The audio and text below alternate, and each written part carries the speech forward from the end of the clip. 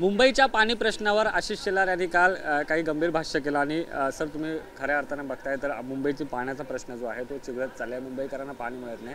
तुम्ही देखील श्वेतपत्रिकेची मागणी केली, नेमकं काय सांगा? नाही, मी केवळ श्वेतपत्रिका नाही, श्वेतपत्रिका तर द्या, पण गेल्या 5 वर्षांमध्ये जी बजेट जे पाण्यासाठी असतं त्या 30,000 कोटी रुपये खर्च झाले आहेत, त्याचा हिशोब द्या, चौकशी करा, ही माझी मागणी आहे। मुंबईकरांना 4,000 दशलक्षच्या दरम्यान पिण्याचं पाणी मिळतं।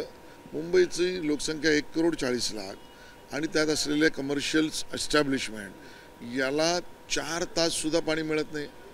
हे पाप कोणाचं आहे?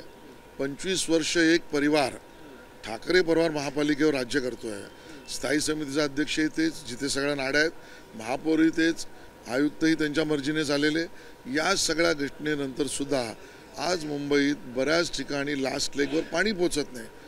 त्राहा झाली मुंबईकरांची। या सगळ्या विषयाचं चौकशी झालीच पाहिजे। 30,000 कोटी कुठल्या कॉन्ट्रॅक्टरला त्यांच्या काळात गेले याची चौकशीची माझी मागणी आहे। तुम्ही चौकशीची मागणी करताय, मात्र दुसरीकडे उबाटा गटाचे नेते असतील, सुनील प्रभू असतील, ते म्हणतात की रस्ते मुंबईचे एकीकडे धुतले जात आहेत, मुंबईकरांना पाणी देत नाही, हे सरकारचं अपयश आहे, मुख्यमंत्र्यांचा नाही। कदाचित त्यांचा अभ्यास पूर्ण नसेल।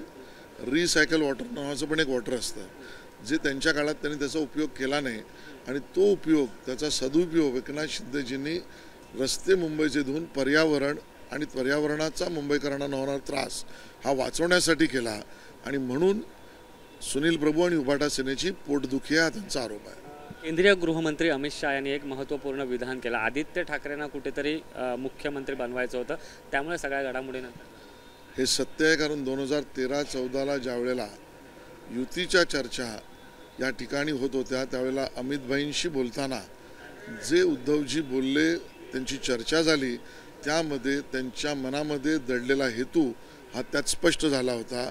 आदित्यजींना येणाऱ्या काळामध्ये मुख्यमंत्री करायचं आहे। खऱ्या अर्थाने हाच कुहेतू आदित्यजींचा त्यांच्या कारवाई कृत्यानंतर स्पष्ट होतो।